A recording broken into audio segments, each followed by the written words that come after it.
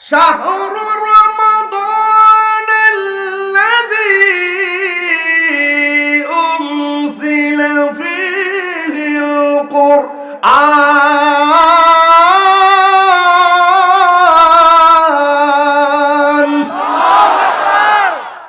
ঘোষণা কার?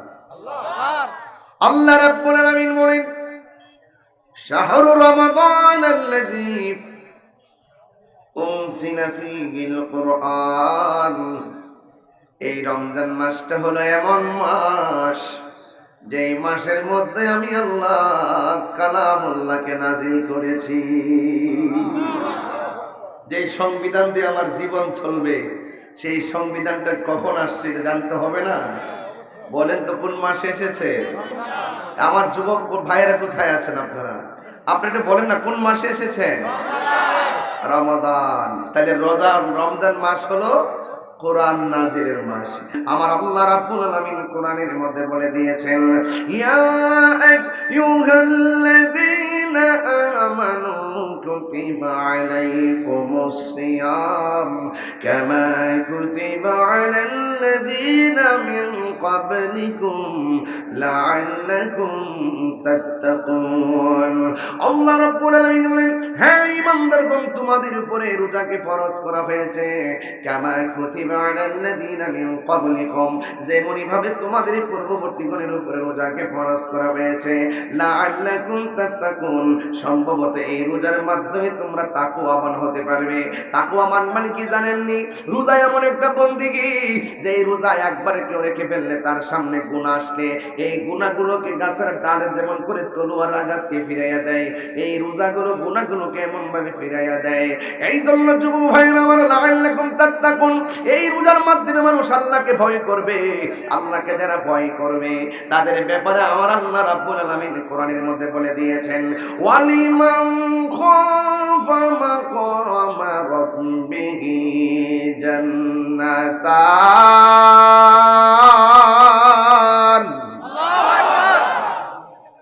আল্লাহ রাব্বুল আলামিন বলেন, যারা আমি আল্লাহকে ভয় করবে, আমি আল্লাহ রাব্বুল আলামিন কোরআনে বলে দিয়েছি, আমি আল্লাহ তাদেরকে একটা জান্নাত দিব না, আমি আল্লাহ তাদেরকে দুইটা জান্নাত আমি আল্লাহ দান করব। এখন প্রশ্ন হলো, হুজুর তাকওয়া কাকে বলে? তাকওয়া কাকে বলে আমরা অনেকে জানি না।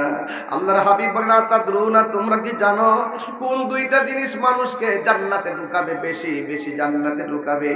এক নম্বর হলো তাকওয়া আল্লাহ, আরেকটা হলো হুসনুল খুলুক, একটা হলো সৎ চরিত্র, আরেকটা হলো তাকওয়া।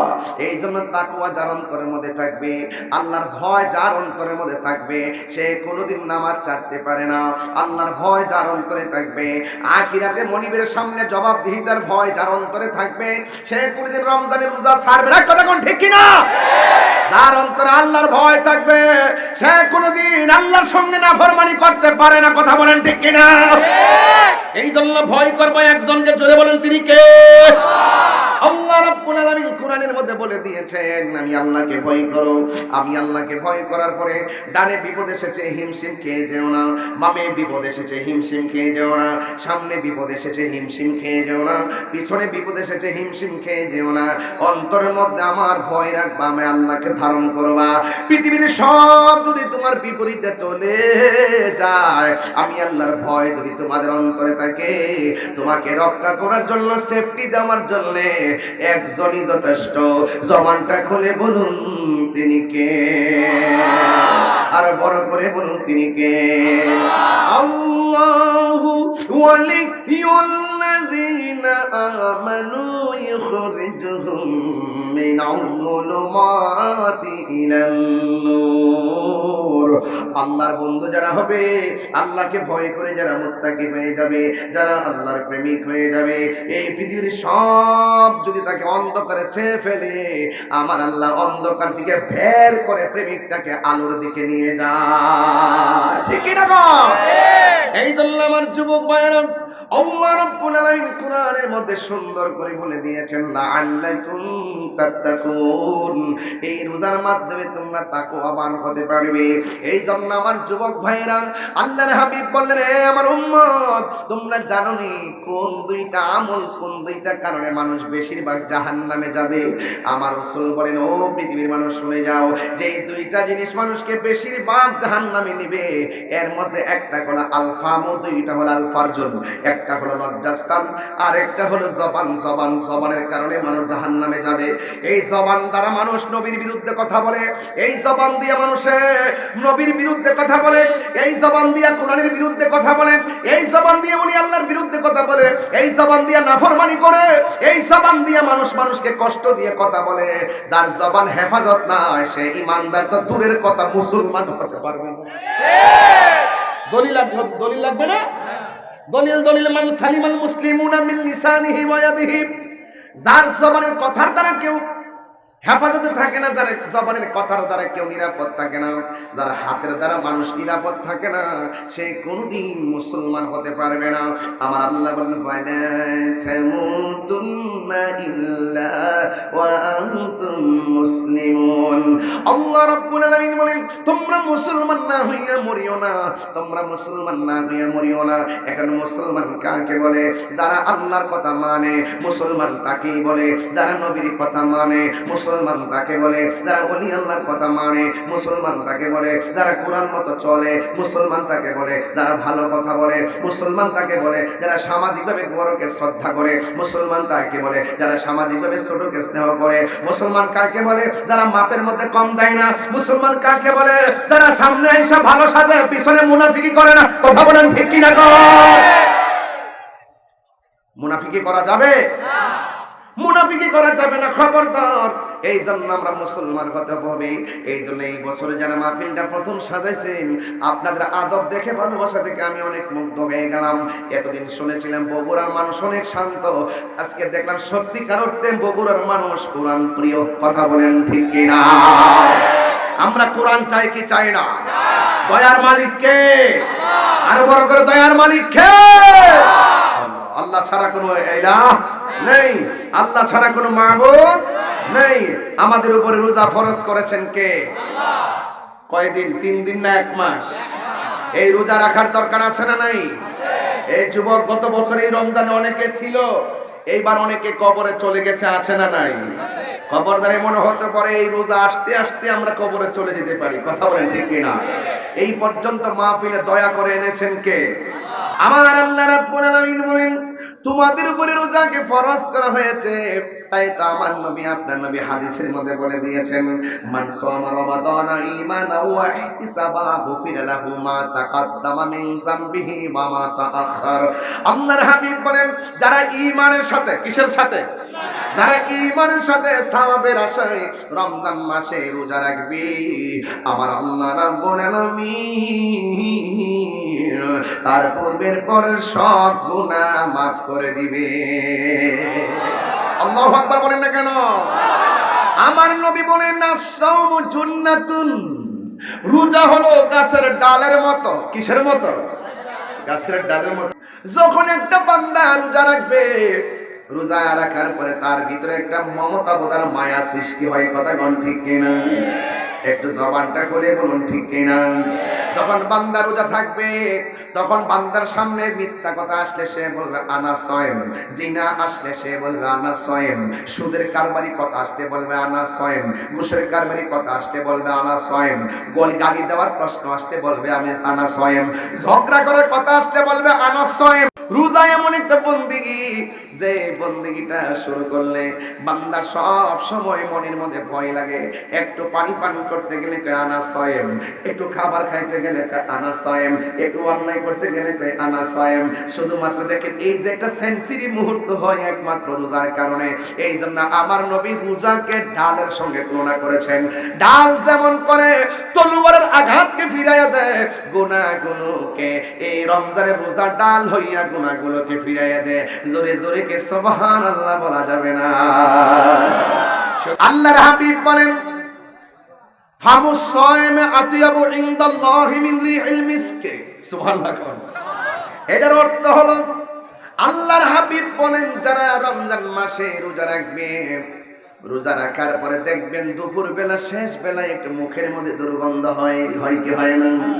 আমার আল্লাহ হাবিব বলেন রোজাদারের মুখের দুর্গন্ধ আমার আল্লাহর কাছে মেশকে আম্বরের চাইতে আরো সুগন্ধ লাগে। কথা বলেন ঠিক কিনা? এই জন্য রোজার ব্যাপারে আল্লাহ রাব্বুল আলামিন হাদিসে কুদসির মধ্যে বলেছেন সব আমলনামা মিজানের পাল্লায় উঠানো হবে, আর রোজা হলো এমন একটা বন্দেগী, আস-সাওমুলি ওয়া আনা আজজি বিহি, রোজা হলো আমি আল্লাহর জন্য, আমি আল্লাহ রাব্বুল আলামিন নিজে তার প্রতিদান দান করব। আল্লাহ বলবেন এ ফেরেশতারা ওরা খায় না কেন? আল্লাহ তোমার ভয়ে খায় না। আল্লাহ বলবে ওরা কি আমার দেখছে? কয় না। আমার জান্নাত দেখছে? কয় না। আমার জাহান্নাম দেখছে? কয় না। এ ফেরেশতারা আমি তো বলছিলাম আমি দুনিয়াতে প্রতিনিধি পাঠাবো, তোমরা বলছিলে কি দরকার পাঠানোর, কি দরকার পাঠানোর, আমরাই তো আপনার গান গাই। কোরআনে আছে, আমি বানায় বলছি, আপনি বুঝেছেন না? আছে না? এই যে ওয়া নাহনু নুসাব্বিহু বিহামদিক, আমরাই তো আপনার প্রশংসার তাসবিহ করতেছি। ওয়া নুকাদ্দিসু লাক, আমরাই তো আপনার পবিত্রতা বর্ণনা করতেছি। কি দরকার মানুষ পাঠানোর? আতাজালু, কি প্রয়োজন আছে? ফিহা, জমিনে মানুষ পাঠাবেন, মা ইউফসিদু ফিহা, যারা জমিনে গিয়ে ফাসাদ লাগাবে, ওয়াসফিকুদ দিমা, যারা জমিনে গিয়ে রক্তপাত করবে। কি প্রয়োজন? আল্লাহ বলছেন ইন্নী আ'লামু মা লা তা'লামুন, আমি যাহা জানি তোমরা তা জানো না। ও ফেরেশতারা আমার ডরে খায় না, ওরা আমার বেহেশত দেখে নাই, আমি আল্লাহকেও দেখে নাই, আমার ডরে খায় না। এই যে এটার জন্যই পাঠাইছি। এই জন্য বান্দা হইলো আল্লাহর রহস্য। যেরকম না সুবহানাল্লাহ, আর বড় করে বলুন আল্লাহু আকবার। এই খবরদার, আল্লাহ বলেন এ ফেরেশতারা তোরা সাক্ষী থাক। রাসূল যে বলছেন এই সময়টা আনন্দের, আল্লাহর হাবিব বলেন ওই সময় আল্লাহ ফেরেশতাদেরকে ডেকে সাক্ষী রেখে বলবে তোরা সাক্ষী থাক। ফুলবাগের মানুষ ইফতারের পানি মুখে দিবে একদিক দিয়ে, আর আমি আল্লাহ তাদেরকে গুনাহ মাফ করে দিব আরেকদিক দিয়ে। গুনাহ মাফের মালিক কে? আপনি যদি এই মুহূর্তে শুনেন আপনি নিষ্পাপ, আপনার কোনো গুনাহ নাই, আরে আসামি তো যখন শুনে যে তা সে জামিন হয়ে গেছে, আসামি খুশি হয়ে যায়। ইফতারের টাইমে যখন বান্দা যখন গুনাহ মাফ পেয়ে যাবে, সেটা কি দুঃখের নাকি আনন্দের? হাসরের ময়দান কায়েম হবে, সব বান্দারা আল্লাহর কাছে পানি চাইবো। আমার আল্লাহ কিছু বান্দারে জাহান্নামের নিচের পানি দিবে পান করার জন্য। জিহ্বাটা গলে, গলা দিয়ে পেটে ঢুকে যাবে, এত গরম পানি, পুজের পানি, দুর্গন্ধ পানি। আবার আরেক শ্রেণীর বান্দাকে আমার আল্লাহ বলবেন সাকাহুম রাব্বুহুম শারাবান তাহুরা। এ ফেরেশতারা এই বান্দাগুলোকে এমন একটা পানি পান করাইয়া দে, যেই পানিটা এক ফোঁটা পান করলে জিন্দেগিতেও আর পানি তৃষ্ণা লাগবে না। আল্লাহু আকবার। ওই পানি আমরা চাই কি চাই না? ওই পানির নাম হলো হাউজে কাউসার। সুবহানাল্লাহ বলে কেন? হাউজে কাউসারের পানির রং কেমন? হাউজে কাউসারের পানির রং হলো দুধের চাইতে সাদা। স্বাদটা কেমন? কয় স্বাদটা হলো মধুর চাইতে আরো মিষ্টি। কয় বৈশিষ্ট্য কি? কয় বৈশিষ্ট্য হলো বরফের চাইতে আরো বড় স্বচ্ছ। এই পানির মধ্যে ঢেউ আসেনি, আমার নবী বলে ঢেউ আছে। আবার আল্লাহ নদীর ঢেউগুলো বানাইছে মণি মুক্তা দিয়া। এই নদীর মধ্যে পার আসেনি, করতোয়া নদীর মধ্যে ডান পাশে পার আছে মাটি দিয়া বানাইছে, বাম পাশে পার আছে মাটি দিয়া বানাইছে। কিন্তু আমার আল্লাহ যে হাউজে কাউসারটা বানাইছে, হাউজে কাউসার একটা নদী, এই নদীর খালেক হলো আমার আল্লাহ, মালিক হলো আমার দয়াল নবীজি। কথা বলেন ঠিক কিনা? এটা আমার কথা নয়, আল্লাহ কোরআনে বলেন ইন্না আ'তাইনাকাল কাউসার ফাসাল্লি লিরাব্বিক রাব্বিকা ওয়ানহার ইন্না শানিআকা হুয়াল আবতার। আল্লাহ রাব্বুল আলামিন বলেন, নিশ্চয়ই আমি হাউজে কাউসারটাকে আপনি নবীকে দান করেছি। এই জন্য যুবক ভাইরা আমার নবীরে প্রশ্ন করলাম, নবী গো, আপনি তো মেরাজে যাই হাউজে কাউসার দেখেছেন, আপনি বলুন না হাউজে কাউসারটা কেমন? কই দুধের চাইতে সাদা, বরফের চাইতে স্বচ্ছ। এই নদীর মধ্যে ঢেউ আছে, ঢেউগুলো বানাইছে আমার আল্লাহ মণিমুক্তা দিয়া। এই নদীর মধ্যে দুইটা পার আছে, দুনিয়ার পার বানাইছে আমার আল্লাহ মাটি দিয়া। আর আমার আল্লাহ নবীর যে হাউজে কাউসার দান করেছেন, এই হাউজে কাউসারের দুই পাশের পার বানাইছে আমার আল্লাহ স্বর্ণ দিয়া। এরপরে নবীরে প্রশ্ন করেন, ইয়া রাসূলুল্লাহ, ওই নদীর পানির নিচে, দুনিয়ার নদীর নিচে মাটি থাকে, ওই নদীর নিচে কোনো মাটি আসেনি। আমার নবী কই আছে, দুনিয়ার মাটি হলো কাদাযুক্ত দুর্গন্ধ। আমার আল্লাহ যেই নদীটা আমার দান করছে, ওই নদীর নিচের মাটিগুলো আমার আল্লাহ মেশকে আম্বর দিয়া বানাইছে। আল্লাহু আকবার বলেন না কেন? তাইলে এই নদীর পানি আমরা পান করতে চাই কি চাই না? গাঞ্জা খাইলে এই নদীর পানি পাওয়া যাবে? গাঞ্জা। আচ্ছা, আজকে কেটে কেটে গাঞ্জা খাইছেন হাত তোলেন।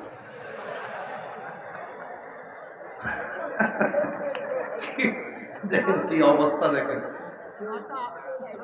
ডরে ডরে ডরে, শরমে শরমে শরমে হাত তোলে না। বাবু ভাই শরমে হাত তোলে, তাই দিলে ভয় পায়। আয় আয় আয়। আর নেশা করে না কিন্তু চলে, নেশা করে না কিন্তু চলে। কি চলে? অন্তত ব্যবসা হইল চলে। এই ব্যবসা, আমার এখানে আজকে যে পোলাপান্ডি আসছে, এই হাজার হাজার মানুষ, এই ছেলেগুলো যদি এক হয়, 24 ঘন্টার ভিতরে মাদক মাটির নিচে ঢুকাই দিতে পারবো। পোলাপান্ডি রাজি আসেনি? ইনশাল্লাহ কর না কেন? ইনশাল্লাহ বলেন না কেন? হাউজে কাউসারের পানি পান করতে গেলে জবান পবিত্র হওয়া লাগবে। এই মুখ দিয়ে দামি খাবার ঢুকবে, জান্নাতের খাবার ঢুকাইতে গেলে, যদি জান্নাতের খাবার মুখ দিয়ে ঢুকাইতে চান, reservation life is very important element for our life. যদি আপনি হাসরের মাঠে যদি আপনার মুখ দিয়ে যদি জান্নাতের খাবার পৌঁছাতে চান, হাউজে কাউসারের পানি ঢুকাইতে চান, এই দুনিয়া থেকে এই জবান দিয়ে আল্লাহর সঙ্গে নাফরমানিমূলক কথা বলা যাবে না, হারাম খাওয়া যাবে না, গালি দেওয়া যাবে না। এই জবানের হেফাজত করতে হবে। কথা বলেন ঠিক কিনা বলেন? আজকে থেকে পায়ে ধরে গেলাম, বগুড়ার মানুষ পায়ে ধরলাম, নেশা করা যাবে না। এখন বাবিলি কি হবে গো? যা হবার তা হয়ে গেছে। অন্তত আজকে তওবা করে যাব, আর কোনোদিন নেশা করব না। আর জোরে ইনশাআল্লাহ কয় না? হাত তুলে ওয়াদা করলে করব নইব? হাত তুলে ওয়াদা করে বেটার বাচ্চা সবাই হাত তুলে বলেন, আর জীবনে নেশা করব না। কথা বলেন ঠিক কিনা? আল্লাহ প্রত্যেকটা হাত আপনি কবুল করেন। আমিন কর। আমরা জোরে বলেন আমিন। ইনশাআল্লাহ।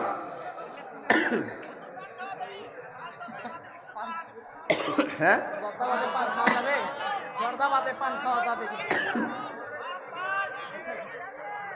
কি কর? পান খাওয়া যাবে, পান খাওয়া যাবে। জর্দা, জর্দা তো পানের সাথে খাওয়া হয়। কি খাওয়া যাবে না? জর্দা তো চলে, দেখলাম দেখলাম অনেকে খায় না, আমি তো খাই না। হ্যাঁ, জর্দা খাওয়া যে কথা, সিগারেট খাওয়া কি হারাম নাকি? তুমি কি বলতে চাচ্ছো বলো? আর একটু ওপেন করো, একটু ওপেন করো বাবা।